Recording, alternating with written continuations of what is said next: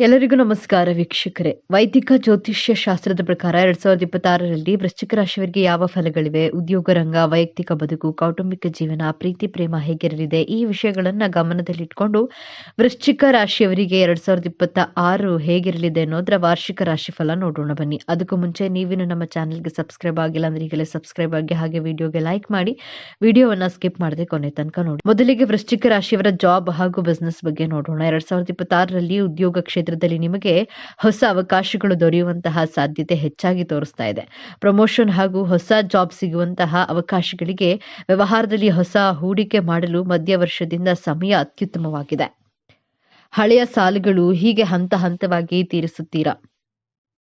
ಆದರೆ ಕೋಪರೇಷನ್ ಅಥವಾ ಪಾರ್ಟ್ನರ್ಶಿಪ್ನೊಂದಿಗೆ ಸ್ವಲ್ಪ ಅಸಮಾಧಾನ ಬರಬಹುದು. ಶಾಂತವಾಗಿ ಕೆಲಸ ಕಾರ್ಯಗಳನ್ನು ನಿರ್ವಹಿಸಿದ್ರೆ ಲಾಭ ನಿಮಗೆ ಸಿಗಲಿದೆ. 2026ರ ವೇಳೆಗೆ ಹಣಕಾಸಿನ ಪರಿಸ್ಥಿತಿಗಳು ದೃಢವಾಗುತ್ತದೆ. ವರ್ಷದ ಆರಂಭದಲ್ಲಿ ಖರ್ಚು ಸ್ವಲ್ಪ ಹೆಚ್ಚಾಗಬಹುದು. ಕುಟುಂಬದ ಕಾರ್ಯಗಳು, ವಾಹನ ಅಥವಾ ಮನೆಗಳಿಗೆ ಸಂಬಂಧಿಸಿದಂತಹ ಖರ್ಚು ವೆಚ್ಚದಲ್ಲಿ ವ್ಯಯ ಹೆಚ್ಚಾಗುತ್ತದೆ. ಮಧ್ಯ ವರ್ಷದಿಂದ ಗುರುಗ್ರಹದ ಆಶೀರ್ವಾದದಿಂದ ಹಣದ ಹರಿವು ಹೆಚ್ಚಾಗಲಿದೆ ಹಾಗೂ ಉತ್ತಮಗೊಳ್ಳುತ್ತದೆ. ಹಳೆಯ ಸಾಲ ತೀರಿಸಲು ಅಥವಾ ಹೊಸ ಹೂಡಿಕೆಗಳನ್ನು ಮಾಡಲು ಸರಿಯಾದಂತಹ ಸಮಯ ಇದಾಗಿರುತ್ತದೆ. ರಿಯಲ್ ಎಸ್ಟೇಟ್ ಅಥವಾ ಲ್ಯಾಂಡ್ ಇನ್ವೆಸ್ಟ್ಮೆಂಟ್ ಮಾಡಿದರೆ ಮುಂದಿನ ವರ್ಷದಿಂದ ಫಲ ಹೆಚ್ಚಾಗಿ ದೊರೆಯಲಿದೆ. ಒಂದು ದೊಡ್ಡ ಆರ್ಥಿಕ ಪ್ರಗತಿಯನ್ನ ಕಾಣುತ್ತೀರಾ. ವೃಶ್ಚಿಕ ರಾಶಿಯವರ ಪ್ರೀತಿ ಹಾಗೂ ವೈವಾಹಿಕ ಜೀವನ 2026ರಲ್ಲಿ ಹೇಗಿರಲಿದೆ ಎಂದು ನೋಡೋದಾದ್ರೆ, ವಿವಾಹಿತರ ಜೀವನದಲ್ಲಿ ಈ ವರ್ಷ ಹೆಚ್ಚು ಸಹಕಾರ ಹಾಗೂ ಬಾಂಧವ್ಯ ಹೆಚ್ಚಾಗುತ್ತದೆ. ಒಬ್ಬರನ್ನೊಬ್ಬರು ಅರ್ಥ ಮಾಡಿಕೊಳ್ಳುವಂತಹ ಶಕ್ತಿ ಹೆಚ್ಚಾಗಲಿದೆ. ಪ್ರೀತಿಯಲ್ಲಿ ಇರುವವರು ವರ್ಷದ ಮಧ್ಯದಲ್ಲಿ ಮದುವೆಯ ಯೋಗವನ್ನ ಕಾಣಬಹುದು. ಆದರೆ ಚಿಕ್ಕ ಚಿಕ್ಕ ಅಸಮಾಧಾನಗಳು, ವೈಮನಸ್ಸುಗಳು ಉಂಟಾಗಬಹುದು. ಆದ್ದರಿಂದ ಶಾಂತವಾಗಿ ಇರಬೇಕು. ಹೊಸ ಸಂಬಂಧ ಬೆಳೆಸುವ ಮೊದಲು ಸುದೀರ್ಘವಾದಂತಹ ಯೋಜನೆಗಳನ್ನ ಮಾಡಬೇಕು. ಒಟ್ಟಾರೆ ಪ್ರೀತಿಯ ಜೀವನ ಯಶಸ್ವಿಯಾಗಿ ಸಾಗಲಿದೆ. 2026ರಲ್ಲಿ ಕುಟುಂಬದಲ್ಲಿ ಇದ್ದಂತಹ ಹಳೆಯ ಗಲಾಟೆಗಳು, ಕಲಹಗಳು ನಿವಾರಣೆಯಾಗುವಂತಹ ಸಾಧ್ಯತೆ ಹೆಚ್ಚಾಗಿ ತೋರಿಸ್ತಾ ಇದೆ. ಸಂತಾನ ಭಾಗ್ಯ ಉತ್ತಮವಾಗಿದೆ. ಮಕ್ಕಳ ವಿದ್ಯಾಭ್ಯಾಸ ಹಾಗೂ ಸಾಧನೆ ಸಂತೋಷವನ್ನ ತಂದುಕೊಡಲಿದೆ. ಮನೆಗೆ ಹೊಸ ಸದಸ್ಯರ ಆಗಮನ ಆಗುವಂತಹ ಯೋಗವೂ ಇದೆ. ಸ್ನೇಹಿತರ ಸಹಕಾರ ಹಾಗೂ ಸಾಮಾಜಿಕ ಪ್ರಭಾವ ಹೆಚ್ಚಾಗಲಿದೆ. ಆದರೆ ಪೋಷಕರ ಆರೋಗ್ಯದ ಬಗ್ಗೆ ಜಾಗೃತಿಯನ್ನು ವಹಿಸಬೇಕು. ವೃಶ್ಚಿಕ ರಾಶಿಯವರ ಆರೋಗ್ಯ ಹಾಗೂ ಮಾನಸಿಕ ಸ್ಥಿತಿಗಳ ಬಗ್ಗೆ ನೋಡೋಣ. ಆರಂಭದಲ್ಲಿ ನಿದ್ರೆ ಮತ್ತು ಮಾನಸಿಕ ಒತ್ತಡ ಹೆಚ್ಚಾಗಬಹುದು. ಜಿಮ್ ಅಥವಾ ಯೋಗಾಭ್ಯಾಸ ಮಾಡಿದರೆ ಹೆಚ್ಚು ಲಾಭ. ರಕ್ತದೊತ್ತಡ, ಬಿಪಿ ಹೆಚ್ಚಾಗುವಂತಹ ಸಾಧ್ಯತೆ ಅಥವಾ ಶೀತದ ಸಮಸ್ಯೆಗಳು, cold and cough related issues face ಮಾಡಬೇಕಾಗತ್ತೆ. ಆದರೆ ಮಧ್ಯ ವರ್ಷದಿಂದ ಆರೋಗ್ಯದಲ್ಲಿ ಸುಧಾರಣೆಯನ್ನ ಕಾಣ್ತೀರಾ. ದೈಹಿಕ ಶಕ್ತಿಯು ಹೆಚ್ಚಾಗಿ, ಆತ್ಮವಿಶ್ವಾಸವು ಮತ್ತೆ ಬರುತ್ತದೆ. 2026ರಲ್ಲಿ ವೃಶ್ಚಿಕ ರಾಶಿಯವರ ವಿದ್ಯಾಭ್ಯಾಸ ಹೇಗಿದೆ ಅಂತ ನೋಡೋಣ.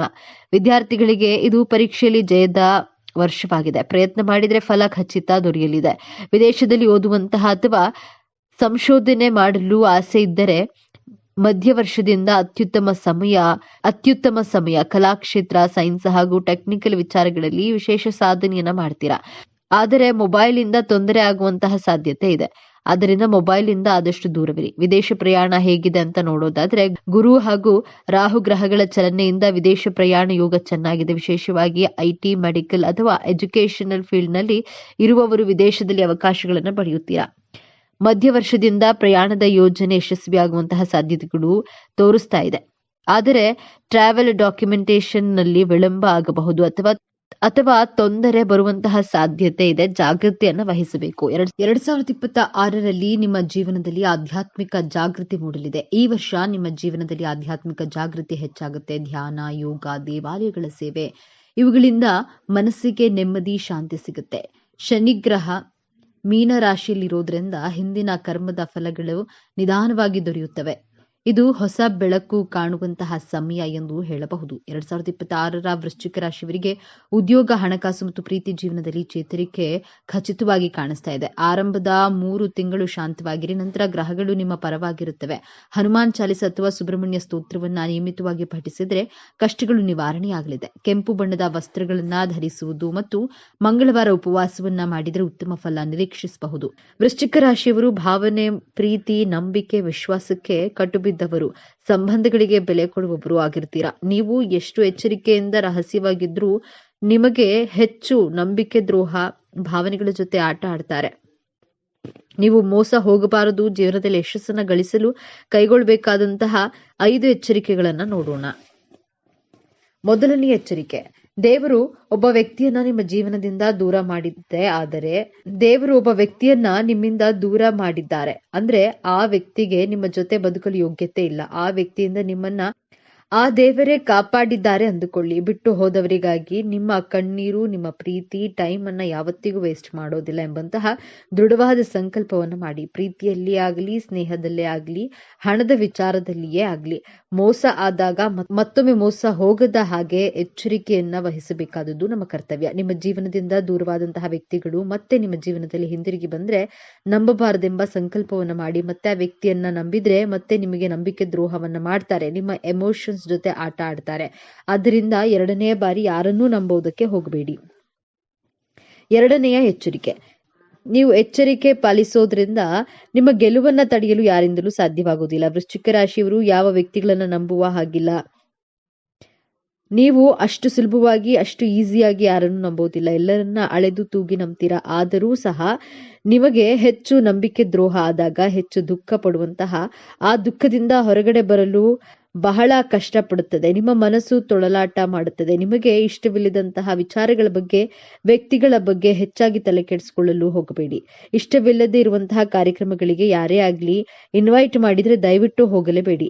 ಒಬ್ಬ ವ್ಯಕ್ತಿ ನಿಮ್ಮ ಲೈಫ್ ನಲ್ಲಿ ಎಮೋಷನಲ್ ಆಗಿ ನಿಮ್ಮನ್ನ ಮಿಸ್ಯೂಸ್ ಮಾಡಿಕೊಂಡು ಅಥವಾ ನೀವೇ ಇನ್ವೆಸ್ಟ್ ಮಾಡಿ ಡೈಲಿ ನಿಮಗೆ 100 ರೂಪಾಯಿ ಲಾಭ ಮಾಡ್ಕೊಡ್ತೀವಿ ಈ ರೀತಿ ಅತಿ ಆಸೆಯಿಂದ ನಿಮಗೆ ತೋರಿಸಿ, ನಂಬಿಸಿ, ನಿಮ್ಮ ಕೈಯಲ್ಲಿ ಇನ್ವೆಸ್ಟ್ ಮಾಡಿಸಿ ನಿಮಗೆ ನಂಬಿಕೆ ದ್ರೋಹ ಮಾಡ್ತಾರೆ. ನಾವು ಅತಿಯಾಗಿ ಆಸೆ ಪಟ್ಟು ಇನ್ವೆಸ್ಟ್ ಮಾಡುವುದು ನಮ್ಮ ತಪ್ಪು ಅಲ್ವಾ? ಈ ತಪ್ಪನ್ನ ಎಂದಿಗೂ ಮಾಡೋದಕ್ಕೆ ಹೋಗ್ಬೇಡಿ. ಇಲ್ಲಿ ಹಣ ದ್ರೋಹಕ್ಕಿಂತ ಆ ವ್ಯಕ್ತಿ ನಿಮಗೆ ವಿಶ್ವಾಸ ದ್ರೋಹ ಮಾಡಿದ ಹಾಗೆ ಅಲ್ವಾ? ಆದ್ದರಿಂದ ನಿಮಗೆ ಇಷ್ಟವಿಲ್ಲದೆ ಇರುವಂತಹ, ನಿಮ್ಮ ಮನಸ್ಸಾಕ್ಷಿಗೆ ವಿರುದ್ಧವಾಗಿರುವಂತಹ ಕೆಲಸಗಳನ್ನ ಯಾವತ್ತಿಗೂ ಮಾಡೋದಕ್ಕೆ ಹೋಗಬೇಡಿ. ನಿಮಗೆ ಪವರ್ ಅನ್ನ ತುಂಬಾ ಸ್ಟ್ರಾಂಗ್ ಆಗಿ ಕೊಟ್ಟಿರ್ತಾರೆ ದೇವರು. ನಿಮ್ಮ ಮನಸ್ಸಿನ ಮಾತನ್ನ ಕೇಳಿ ಬೇರೆಯವರ ಮಾತನ್ನ ಕೇಳೋದಿಲ್ಲ ಎಂಬಂತಹ ದೃಢವಾದಂತಹ ಸಂಕಲ್ಪವನ್ನ ಇವತ್ತೇ ಮಾಡಲು ಪ್ರಾರಂಭ ಮಾಡಿ. ಮೂರನೆಯ ಎಚ್ಚರಿಕೆ, ವೃಶ್ಚಿಕ ರಾಶಿಯವರು ಮಾಟ ಮಂತ್ರ ಮಾಡುವವರು, ಮಾಡಿಸುವವರು ನಿಮ್ಮ ಸ್ನೇಹಿತರೇ ಆದರೂ ಸರಿ, ಸಂಬಂಧಿಕರೇ ಆದರೂ ಸರಿ, ಅವರಿಂದ ದೂರವಿರಬೇಕು. ಯಾಕಂದ್ರೆ ವೃಶ್ಚಿಕ ರಾಶಿಯ ಕಾಲಪುರುಷನ ಕುಂಡಲಿಯಲ್ಲಿ 8ನೆಯ ಭಾವ ಮಂತ್ರ, ತಂತ್ರ, ಕಗ್ಗತ್ತಲ ಭಾವ, ಭಯ, ಆತಂಕ ನಿಮ್ಮಲ್ಲಿ ತುಂಬಿರುತ್ತದೆ. ನಿಮ್ಮಲ್ಲಿ ಭಯ, ಆತಂಕ ತುಂಬಿರೋದ್ರಿಂದ ಪ್ರಕೃತಿ ದತ್ತವಾದಂತಹ ಕೊಡುಗೆ. ಬಟ್ ಬೇರೆಯವರು ನಿಮ್ಮ ಮೇಲೆ ಮಾಟಮಂತ್ರ ಪ್ರಯೋಗ ಆಗಿದೆ ಅಂತ ನಿಮ್ಮನ್ನ ಹೆದರಿಸಿದ್ರು ಹೆದರಬೇಡಿ. ಇಂತಹ ವ್ಯಕ್ತಿಗಳ ಪಾಪಕೃತ್ಯದಲ್ಲಿ ಭಾಗಿಯಾಗಲು ಹೋಗಬೇಡಿ. ನೆಗೆಟಿವ್ ಮೈಂಡ್ ಸೆಟ್ ಇರುವಂತಹ ವ್ಯಕ್ತಿಗಳ ಜೊತೆ ಸ್ನೇಹ ಮಾಡಿದ್ರು ಅವರು ಮಾಡಿದಂತಹ ಪಾಪಕೃತ್ಯಗಳಲ್ಲಿ 50% ನಿಮಗೂ ಸಹ ಆ ಪಾಪ ಟ್ರಾನ್ಸ್ಫರ್ ಆಗುತ್ತೆ. ಆದ್ದರಿಂದ ನೀವು ಯಾವಾಗ್ಲೂ ಸ್ಪಿರಿಚುವಲ್ ಆಗಿರ್ಬೇಕು, ಅಧ್ಯಾತ್ಮದ ದಾರಿಯಲ್ಲಿ ಮಾತ್ರ ಸಾಗಬೇಕು. ವೃಶ್ಚಿಕ ರಾಶಿಯವರಿಗೆ ದೇವರ ಅನುಗ್ರಹ, ಗುರುಗಳ ಅನುಗ್ರಹ, ನಿಮ್ಮ ತಂದೆ ತಾಯಿ ಆಶೀರ್ವಾದ ವಿಶೇಷವಾಗಿ ಸದಾ ನಿಮ್ಮ ಮೇಲೆ ಇದ್ದೇ ಇರುತ್ತೆ.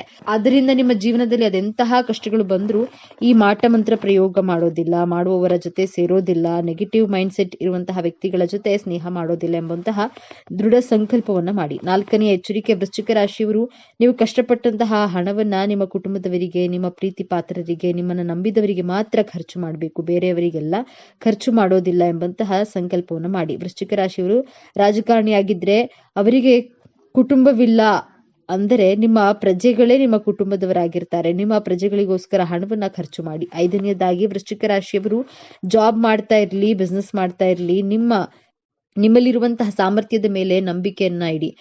ವೃಶ್ಚಿಕ ರಾಶಿಯವರು ಒಂದು ಸಾರಿ ಡಿಸೈಡ್ ಮಾಡಿದ್ರೆ ಮುಗೀತು. ಸ್ಟ್ರಾಂಗ್ ಆಗಿ ತನ್ನ ಎಫರ್ಟ್ ಹಾಕಿ ಅದೆಂತಹ ಚಾಲೆಂಜಸ್ ಬರಲಿ ಅದನ್ನ ಧೈರ್ಯವಾಗಿ ಫೇಸ್ ಮಾಡ್ತೀರಾ. ವೃಶ್ಚಿಕ ರಾಶಿಯವರಿಗೆ ತಿಂಗಳಲ್ಲಿ 2 ದಿನ ಅಥವಾ 3 ದಿನ ನಿಮಗೆ ಎಲ್ಲಾ ಇದ್ದರೂ ಏನೋ ಒಂದು ಶೂನ್ಯತೆಯ ಭಾವ, ಅಳುಕು, ಭಯ, ಗಾಬರಿ, ಮನಸ್ಸಿನ ಏರಿಳಿತಗಳು ಇದ್ದೇ ಇರುತ್ತೆ. ಆದ್ರೆ ಈ ನಿಮ್ಮ ಭಾವನೆಗಳ ಏರಿಳಿತ ನಿಮ್ಮ ಜಾಬ್ಗಾಗ್ಲಿ, ನಿಮ್ಮ ಬಿಸ್ನೆಸ್ಗಾಗ್ಲಿ ಪ್ರಭಾವ ಬೀರದ ಹಾಗೆ ನೋಡ್ಕೊಳ್ಳುವಂತಹ ಶಪಥವನ್ನ ಮಾಡಿ. ನಿಮ್ಮ ಭಾವನೆಗಳು ಏರಿಳಿತವಾದಾಗ ಮೂನ್ ಮೆಡಿಟೇಷನ್ ಅನ್ನ ಮಾಡ್ಬೇಕಾಗುತ್ತೆ. ಟೆರೆಸ್ ಮೇಲೆ ಹೋಗಿ ಅರ್ಧ ಗಂಟೆ ಕೂತ್ಕೊಂಡು ಚಂದ್ರನನ್ನ ಕಣ್ಣಲ್ಲಿ ಕಣ್ಣಿಟ್ಟು ಗಮನಿಸಿ ನೋಡಿ. ನಿಮ್ಮ ಮನಸ್ಸು ನೆಮ್ಮದಿ, ಸಮಾಧಾನ, ಶಾಂತಿ ಖಂಡಿತವಾಗಿಯೂ ಸಿಗುತ್ತೆ. ನಿಮ್ಮ ಜೀವನದಲ್ಲಿ ಏನೇ ಆದ್ರೂ, ಎಂತಹ ಕಷ್ಟಗಳು, ಸಮಸ್ಯೆಗಳು ಬಂದ್ರು ಎದುರಿಸುವಂತಹ, ಹೋರಾಟ ಮಾಡುವಂತಹ ಶಕ್ತಿ, ಸಾಮರ್ಥ್ಯ ದೇವರು ನಿಮಗೆ ಡೆಫಿನೆಟ್ಲಿ ಆಗಿ ಕರುಣಿಸಿದ್ದಾನೆ. ಆದ್ರಿಂದ ಇವತ್ತಿನಿಂದ ಸಂಕಲ್ಪವನ್ನ ಮಾಡಿ, ನಾನು ನನ್ನ ಭಾವನೆಗಳ ಏರಿಳಿತಕ್ಕೆ ಸಿಲುಕಿ ನಲುಗದೆ ನನ್ನ ಗುರಿ ಉದ್ದೇಶಗಳ ಕಡೆ ಫೋಕಸ್ ಆಗಿ ಗೆಲ್ಲಬೇಕು ಎಂಬಂತಹ ದೃಢವಾದ ಸಂಕಲ್ಪವನ್ನ ಮಾಡಿ. ಆಗ ನೋಡಿ ನಿಮ್ಮ ಜೀವನದಲ್ಲಿ ಸೋಲು, ದುಃಖ, ಅವಮಾನ ಅನ್ನುವಂತಹ ಪದಕ್ಕೆ ಜಾಗನೇ ಇರೋದಿಲ್ಲ. ನಿಮ್ಮ ಮನಸ್ಸನ್ನ ನೀವು ಹಿಡಿತದಲ್ಲಿ ಇಟ್ಕೊಳ್ಳುವಂತಹ ಪ್ರಯತ್ನವನ್ನ ಮಾಡಿ. ಬದಲಿಗೆ ಮನಸ್ಸಿನ ಹಿಡಿತಕ್ಕೆ ನೀವು ಸಿಲುಕಿ ಒದ್ದಾಡಬೇಡಿ. ವೃಶ್ಚಿಕ ರಾಶಿಯವರ ಜೀವನ ಹೇಗಿರುತ್ತದೆ, ದೇವರ ಕೃಪಕಟಾಕ್ಷ ಈ ರಾಶಿಯವರಿಗೆ ಹೇಗೆಲ್ಲ ಕೆಲಸ ಮಾಡುತ್ತೆ ಎನ್ನುವುದು ಈ ವಿಡಿಯೋ ಮೂಲಕ ಸಂಪೂರ್ಣ ಮಾಹಿತಿಯನ್ನು ನೋಡೋಣ ಬನ್ನಿ. ವೃಶ್ಚಿಕ ರಾಶಿಯವರಿಗೆ ದೇವರು ಕೊಟ್ಟಿರುವಂತಹ ಮುಖ್ಯವಾದ ವರಗಳು ಯಾವುದೆಂದು ತಿಳಿಯೋಣ. ಜೊತೆಗೆ ವೃಶ್ಚಿಕ ರಾಶಿಯವರ ಗುಣ ಸ್ವಭಾವ ಹೇಗಿರಲಿದೆ, ವೃಶ್ಚಿಕ ರಾಶಿಯವರು ತಮ್ಮ ಜೀವನಗಳಲ್ಲಿ ಏನೆಲ್ಲ ಲಾಭಗಳನ್ನ ಪಡೆದುಕೊಳ್ತಾರೆ, ಈ ಎಲ್ಲಾ ಅಂಶಗಳ ಕುರಿತು ಪ್ರತಿಯೊಂದು ಮಾಹಿತಿಯನ್ನ ವೃಶ್ಚಿಕ ರಾಶಿಯವರ ಬಗ್ಗೆ ವಿಡಿಯೋದಲ್ಲಿ ನಾನು ನಿಮಗೆ ಹೇಳ್ತಾ ಇದ್ದೀನಿ. ಈ ಎಲ್ಲಾ ಮಾಹಿತಿಯನ್ನ ತಿಳಿಯಲು ವಿಡಿಯೋವನ್ನ ಸ್ಕಿಪ್ ಮಾಡದೆ ಕೊನೆವರೆಗೂ ನೋಡಿ. ಈ ವಿಡಿಯೋಗೆ ಈಗಲೇ ಒಂದು ಲೈಕ್ ಕೊಟ್ಟು ತಪ್ಪದೆ ವಿಡಿಯೋವನ್ನ ಎಲ್ಲರಿಗೂ ಶೇರ್ ಮಾಡಿ. ಹೌದು ಸ್ನೇಹಿತರೆ, ವೃಶ್ಚಿಕ ರಾಶಿಯವರಿಗೆ ಭಗವಂತನು ಕೊಟ್ಟಿರುವಂತಹ ಯೋಗಗಳು ಯಾವುದು ಎಂದು ನೋಡೋದಾದ್ರೆ, ವೃಶ್ಚಿಕ ರಾಶಿಯವರು ಬಹಳಷ್ಟು ದೃಢವಾಗಿರ್ತಾರೆ. ಹೌದು, ಈ ವೃಶ್ಚಿಕ ರಾಶಿಯವರು ಜೀವನದಲ್ಲಿ ಹೇಗಿರ್ತಾರೆ ಎಂದು ನೋಡೋದಾದ್ರೆ, ವೃಶ್ಚಿಕ ರಾಶಿಯವರು ತುಂಬಾನೇ ಗಟ್ಟಿ ಮನುಷ್ಯರು ಎಂದೇ ಹೇಳಬಹುದು. ಇವರು ಏನೇ ಒಂದು ಕೆಲಸ ಮಾಡಿದ್ರು ಸಹ ಅವರು ದೃಢವಾಗಿ ಹಾಗೂ ಸದೃಢವಾಗಿ ನಿರ್ಧಾರವನ್ನ ತೆಗೆದುಕೊಳ್ತಾರೆ. ಈ ವೃಶ್ಚಿಕ ರಾಶಿಯವರು ದೃಢವಾಗಿರ್ತಾರೆ. ನಂತರ ವೃಶ್ಚಿಕ ರಾಶಿಯವರಿಗೆ ಅವರ ಮೇಲೆ ಅವರಿಗೆ ನಂಬಿಕೆ ಅನ್ನೋದು ತುಂಬಾನೇ ಹೆಚ್ಚಿರುತ್ತೆ. ವೃಶ್ಚಿಕ ರಾಶಿಯವರಿಗೆ ಅವರ ಮೇಲೆ ಅವರಿಗೆ ನಂಬಿಕೆ ಜಾಸ್ತಿ ಇರೋದ್ರಿಂದ ನಾನು ಏನಾದರೂ ಸಾಧಿಸಬಲ್ಲೆ ಎನ್ನುವ ಆತ್ಮಸ್ಥೈರ್ಯ ಇದ್ದೇ ಇರುತ್ತದೆ. ಒಂದು ಕೆಲಸಕ್ಕೆ ಕೈ ಹಾಕ್ತೀನಿ ಅಂದ್ರೆ ಅದರಲ್ಲಿ ಸಕ್ಸಸ್ ಆಗೇ ಆಗ್ತೀನಿ ಅನ್ನೋದು ಅಷ್ಟು ಬಲವಾದ ನಂಬಿಕೆ ಇಟ್ಕೊಂಡಿರ್ತಾರೆ. ಈ ರಾಶಿಯವರು ನಿಮ್ಮ ಜೀವನದಲ್ಲಿ ಬಹಳ ಕಷ್ಟಗಳನ್ನ ಅನುಭವಿಸುತ್ತಾ ಇರ್ತೀರಾ. ನೀವು ಎಷ್ಟು ಕಷ್ಟ ಪಡ್ತೀರಾ ಅಂದ್ರೆ ಜೀವನದಲ್ಲಿ ಸಕ್ಸಸ್ ಪಡೆಯೋಕೆ ನಿಮ್ಮ ಜೀವನವೆಲ್ಲ ನೀವು ಅದಕ್ಕಾಗಿ ಮೀಸಲಿಟ್ಟಿರ್ತೀರಾ.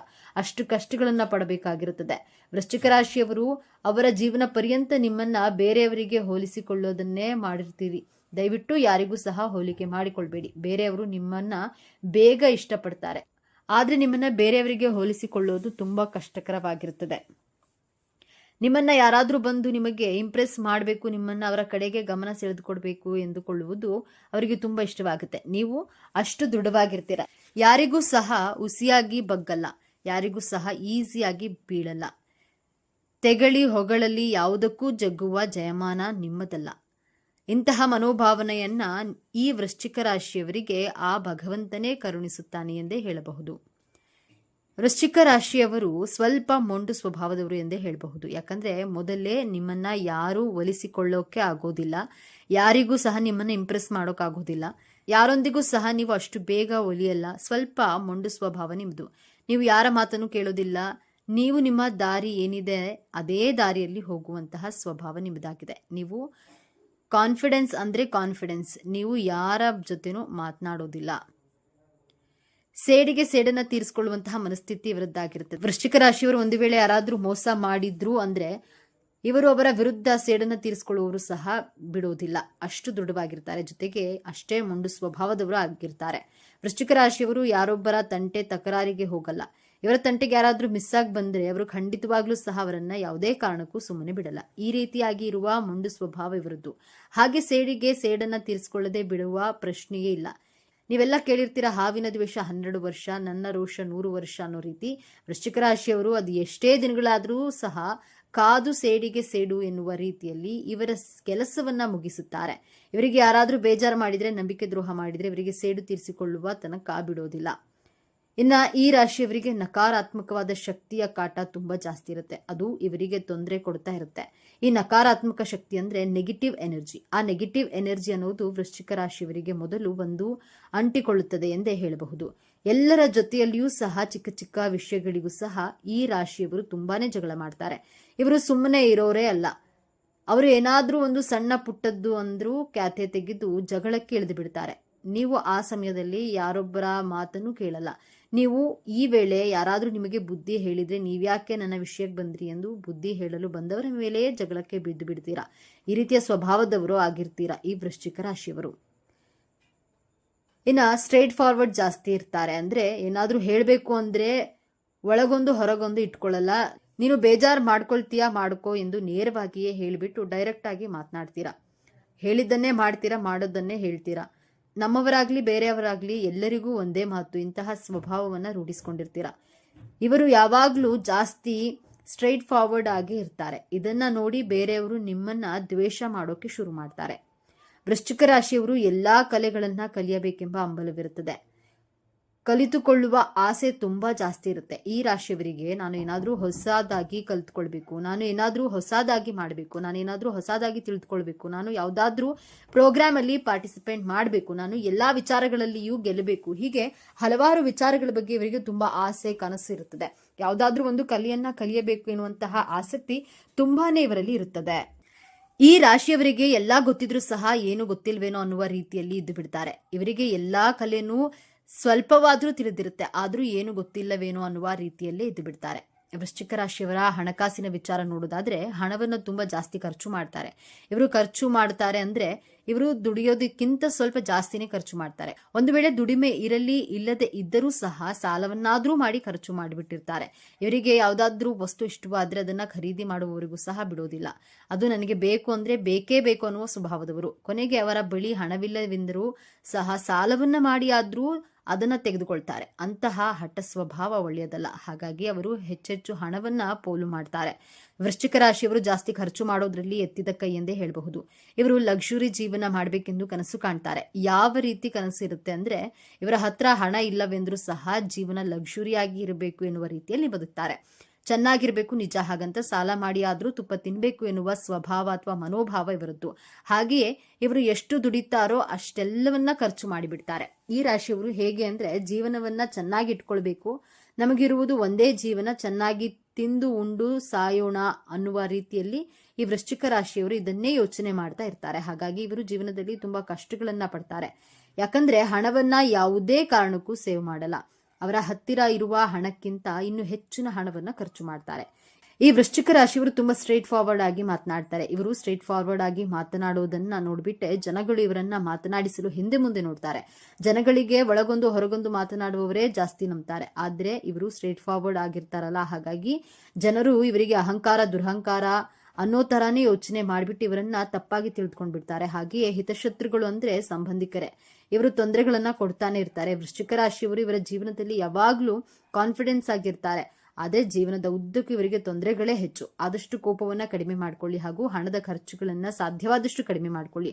ಅವಶ್ಯಕತೆ ಇದ್ರೆ ಮಾತ್ರ ಖರೀದಿಯನ್ನ ಮಾಡಿ ಎಂದು ಹೇಳುತ್ತಾ ಪ್ರತಿಯೊಬ್ಬರ ಸಲಹೆಯನ್ನ ಪಡೆದು ಅಂತಿಮವಾಗಿ ನಿರ್ಧಾರವನ್ನ ಕೈಗೊಳ್ಳಿ. ಎಲ್ಲಾ ಒಳ್ಳೆಯದಾಗುತ್ತೆ. ಆದಷ್ಟು ತಾಳ್ಮೆಯಿಂದ ಇರಿ. ಪ್ರತಿಯೊಬ್ಬರಿಗೂ ಅದೃಷ್ಟ ಅನ್ನೋದು ಬಂದೇ ಬರುತ್ತೆ. ಬಂದ ಅದೃಷ್ಟವನ್ನ ಸದುಪಯೋಗ ಪಡಿಸಿಕೊಂಡು ಒಳ್ಳೆಯ ಜೀವನ ನಿಮ್ಮದಾಗ್ಲಿ ಎಂದು ನನ್ನ ಹಾರೈಕೆ. ಇನ್ನು ವೃಶ್ಚಿಕ ರಾಶಿಯವರಿಗೆ ಇದೇ ಈ ಭಗವಂತ ಕೊಟ್ಟಿರುವಂತಹ ವರಗಳು. ಅಂದ್ರೆ ಇವರಿಗೆ ಸ್ಟ್ರೇಟ್ ಫಾರ್ವರ್ಡ್ ಆಗಿ ಮಾತನಾಡ್ತಾರೆ, ಎಲ್ಲ ಕಲೆನೂ ಕಲ್ತ್ಕೊಂಡಿರ್ತಾರೆ, ಹಾಗೆಯೇ ಎಲ್ಲ ಗೊತ್ತಿದ್ರು ಗೊತ್ತಿಲ್ಲದೆ ಇರೋ ತರನೇ ಇದ್ದು ಬಿಡ್ತಾರೆ. ಹೀಗೆ ಇವರು ಇವರ ಜೀವನವನ್ನ ಸಾಗಿಸುತ್ತಿರ್ತಾರೆ.